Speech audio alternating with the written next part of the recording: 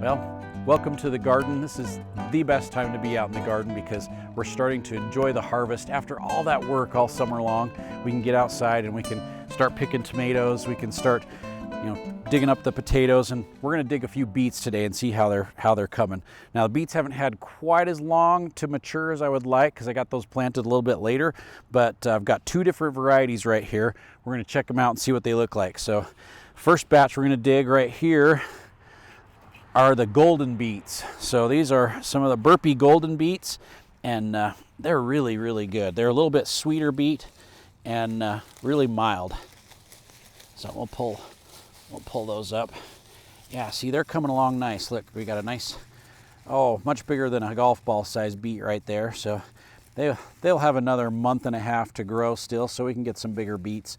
But those are the burpy golden beets, and they're looking really good. You can eat them with the tops on and just use the beet greens, or you can eat them, the beets and the greens together, or you can just cook the beets.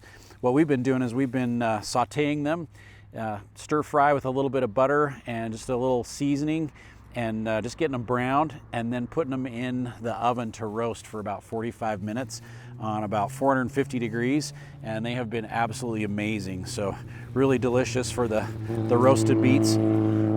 Let's try the Kioja. So this is a different kind of beet right here next to it. So I stopped planting the golden beets right here. We're gonna try a different beet. This is a striped beet, and they're famous in Italy, and they are called Kioja, and they look different than your standard beets. Oh, these are a little bit bigger. Look at this. Yeah, much nicer production on those. So that's a good looking sized beet right there. There's quite a few that are coming up in there, but the Kiojas, they look red on the outside, but when you cut them, they're striped on the inside. They're really cool looking. So let's do this. There we go. See how they're striped on the inside? Really interesting flavor on the Kioja beets. So they taste like beets, but I would say personally it tastes a little bit like a cross between a beet and a turnip, and so, or a radish even. It's got that sweeter flavor, kind of like the golden beets, but a really unique look to them. I've consumed these at some really nice restaurants where they shaved the beets into a salad, and with the coloring, it was really, really interesting in the salad because it had some different color mixes. But the flavor is really good fresh as well as cooked, and they're sweet like the golden beets. Let's cut one of the golden beets open too. We'll see what that looks like.